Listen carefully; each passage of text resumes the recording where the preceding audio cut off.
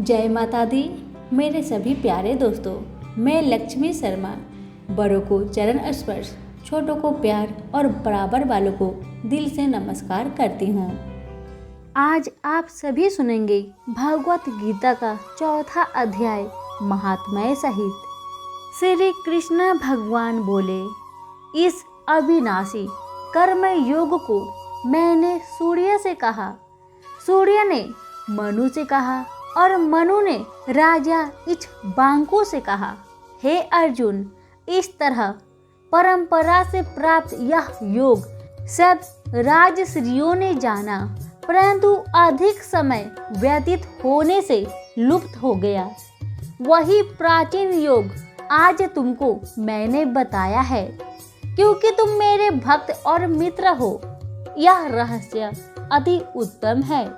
अर्जुन बोला, आपका जन्म तो अभी हुआ है और सूर्य का जन्म बहुत दिन पहले हुआ था। मैं किस प्रकार मानूं कि सूर्य को यह योग आपने बताया था। श्री कृष्ण भगवान बोले, हे अर्जुन, मेरे व तुम्हारे अनेक जन्म हो चुके हैं, मुझे याद है और तुम भूल गए हो। मैं अनजन्मा अविनाशी संपूर्ण प्राणियों का स्वामी और अपनी प्रकृति से स्थित हूँ तथा अपनी माया से जन्मता हूँ। हे भारत, जब जब धर्म की हानि होती है और अधर्म की अधिकता होती है, तब तब ही मैं जन्म लेता हूँ। साधुओं की रक्षा, पापियों का विनाश और धर्म की स्थापना करने के लिए प्रत्येक युग में जन्म लेता हूँ। जो मेरे इस अलौकिक जन्म और कर्म का तत्व जानता है, वह मृत्यु होने पर फिर जन्म नहीं लेता और मुझ में लीन हो जाता है। इस तरह मोह, भय और क्रोध को त्याग कर मुझ में भक्ति रहकर कर्म कर और मेरी शरण गति हो। बहुत से मनुष्य ज्ञान रूपी तप से पवित्र होकर मुझ में मिल गए हैं। जो जिस भाव से मेरी पूजन करता है, इसको मैं उसी प्रकार का फल देता हूँ।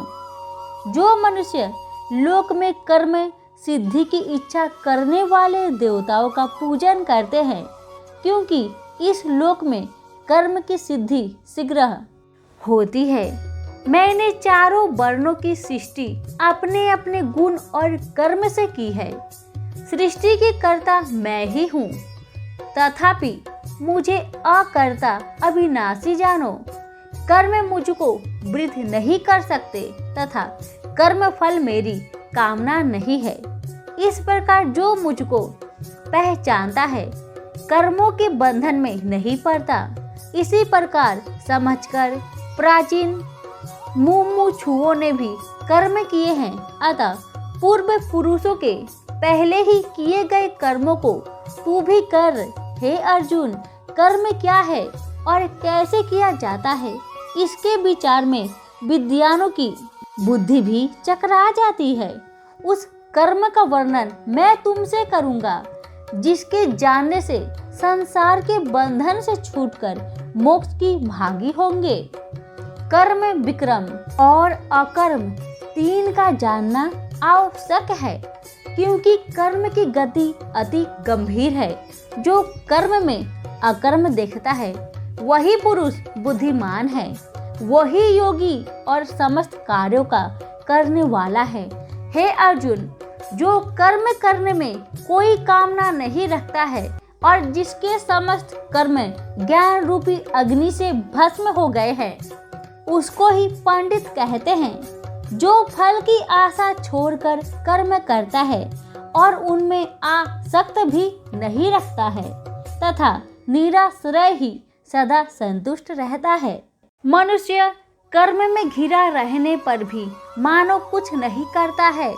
सब कामनाओं को त्याग मन और आत्मा को बस में रखकर संसारी परपंजों से छूटकर केवल शरीर से काम करते हैं। वे भी कर्म बंधनों से संतापित नहीं होते। देव योग से जो कुछ मिल जाए उसी में संतुष्ट रहता है।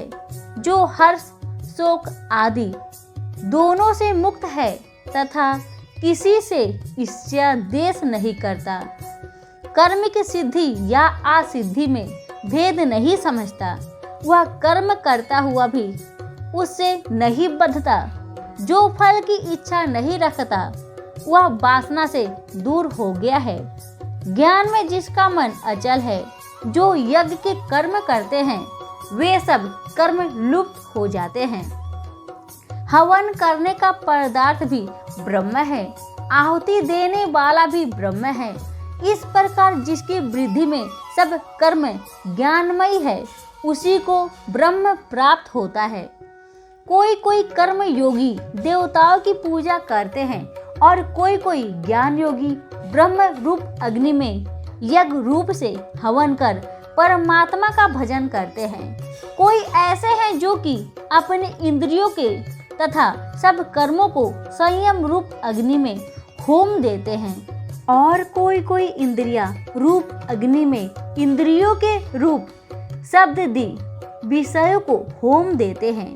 कितने ही लोग इंद्रियों के सब कर्मों को और प्राणियों के कर्मों को आत्मज्ञान से प्रज्वलित आत्मा को संयम रूप अग्नि में होम देते हैं। कोई तो द्रव यज्ञ करते हैं, कोई तप यज्ञ करते हैं, कोई योग यज्ञ, कोई स्वाध्याय और कोई ज्ञान रूप यज्ञ करते हैं। कोई प्राणायाम में तत्पर रहने वाले योगी प्राण वायु और अपान वायु का लय करते हैं। कोई आहार को निरंतर कम करते हुए प्राणों को शोधते हैं। यह सब यज्ञ बेता है और यज्ञ से ही इनके सब पाप नाश हो जाते हैं। जो यज्ञ में बचे हुए अमृत रूप अन्न को खाते हैं वे सनातन ब्रह्म को प्राप्त होते हैं। हे अर्जुन, जो यज्ञ नहीं करते उनको लोक परलोक दोनों ही नहीं मिलते। हे पार्थ, फल सहित सब कर्म ज्ञान में ही समाप्त हो जाते हैं। उसी ज्ञान यज्ञ का तत्वदर्शी और ज्ञानी लोग तुमको उपदेश करेंगे, इसलिए तुम उनकी सेवा करना और विनय पूर्वक प्रश्न करके ज्ञान यज्ञ जानना। इस ज्ञान का लाभ प्राप्त करके तुमको ऐसा मोह फिर नहीं होगा। इसी ज्ञान से समस्त प्राणियों को तुम अपने में और मुझ में देखोगे। यदि सब प्राणियों से भी अधिक पाप करने वाले हो तो भी ज्ञान रूपी नौका से ही सब पाप रूपी समुद्र को पार कर जाओगे। हे अर्जुन, जिस प्रकार प्रज्वलित अग्नि लकड़ी को जलाकर भस्म कर देती है, वैसे ही ज्ञान रूपी अग्नि सब कर्मों को भस्म कर डालती है। इस लोक में ज्ञान के समान पवित्र और कुछ भी नहीं है। यह ब्रह्म बहुत काल पर्यंत कर्म योग से सिद्धि हुई मनुष्य को स्वयं ही प्राप्त होता है। जो श्रद्धावान मनुष्य इंद्रियों को जीतकर ब्रह्म ज्ञान से लगा रहता है, वह ज्ञान को पाकर अल्प समय में शांति को पा जाता है। अज्ञानी, श्रद्धा रहित और जिनके मन में संदेह है, ऐसे जो पुरुष है वह नरक को जाते हैं। जिनके मन में सदा संदेह रहता है उनको यह लोक परलोक और सुख कुछ भी प्राप्त नहीं होता।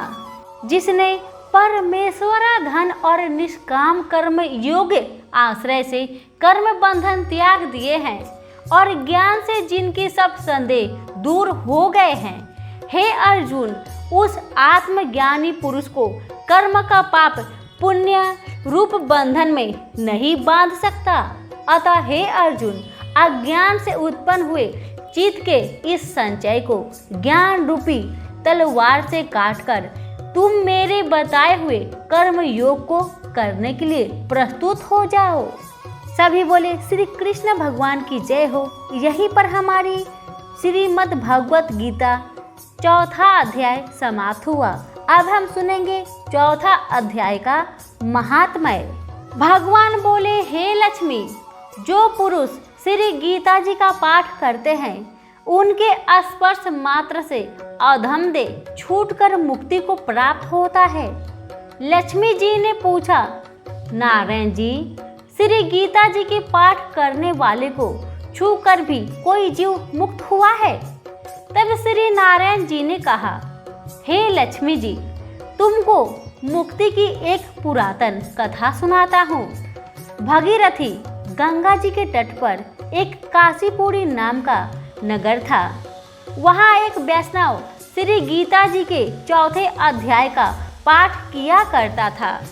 एक दिन वह साधु वन में गया। वहाँ बेरियों के 2 वृक्ष थे। उनकी बड़ी छाया थी। वह साधु बैठ गया और बैठते ही निद्रा आ गई। एक बेरिया से उसके पाँव लगे और दूसरे के सिर लग गया। वह दोनों बेरिया आपस में कांपकर पृथ्वी पर गिर पड़ी। पत्ते उनके सूख गए। परमेश्वर की इच्छा से वह दोनों बेरिया ब्राह्मण घर कन्या हुई। फिर ब्राह्मण के घर जन्म लेकर उन दोनों कन्याओं ने तपस्या करना आरंभ कर दिया। जब दोनों बड़ी हुई तब उनके माता पिता ने कहा, हे पुत्रियों, अब तुम्हारा विवाह करते हैं। तब उन दोनों ने माता पिता से कहा, हम विवाह नहीं करेंगे। उनको अपने पिछले जन्म की खबर थी। उन्होंने कहा, हमारी एक यही अभिलाषा है कि वह साधु हमें पुनः दर्शन दे तो बड़ा अच्छा है। उनके मन में यही था कि वह साधु जिसके स्पर्श करने से हमें अधम देह से छूटकर यह देह मिली है, वह मिले तो बड़ा अच्छा हो। यह विचार कर उन दोनों लड़कियों ने माता पिता से तीर्थ यात्रा करने की आज्ञा मांगी। तब माता पिता ने उन्हें तीर्थ यात्रा की आज्ञा दी।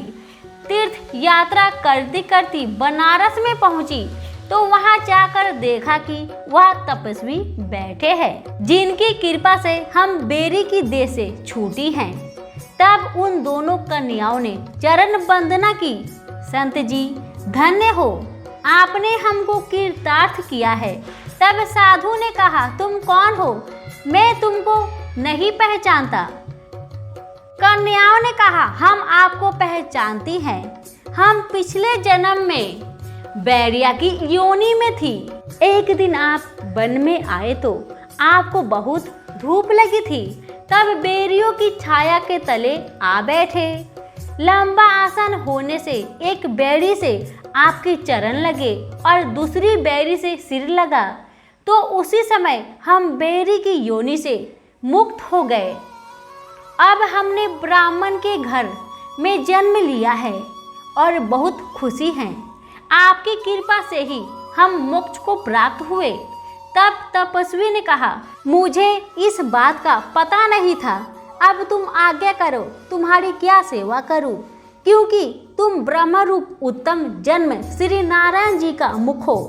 तब उन कन्याओं ने कहा, आप हमको श्री गीता जी के 4थे अध्याय का फल प्रदान करो, जिससे हम देवदेही पाकर सुखी हो। तब उस तपस्वी ने उन्हें गीता जी के 4थे अध्याय के पाठ का फल दिया। फल के देते ही आकाश से विमान आए। तब उन दोनों ने देवदेही पाकर बैकुंठ को गमन किया। श्री नारायण बोले, हे लक्ष्मी जी, ये 4थे अध्याय महात्मा है जो मैंने आपको सुनाया है। सभी प्रेम से बोले, लक्ष्मी नारायण की जय हो। कथा पसंद आने पर लाइक, शेयर, कमेंट जरूर करें। धन्यवाद।